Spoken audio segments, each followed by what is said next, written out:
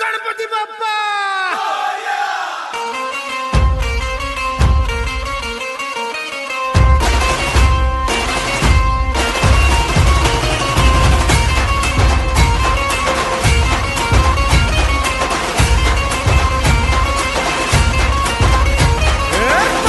नमन करुणी वंदन इडा मांडून इडा देवाला इडा गावाला इडा पाटलाला इडा मंडळीला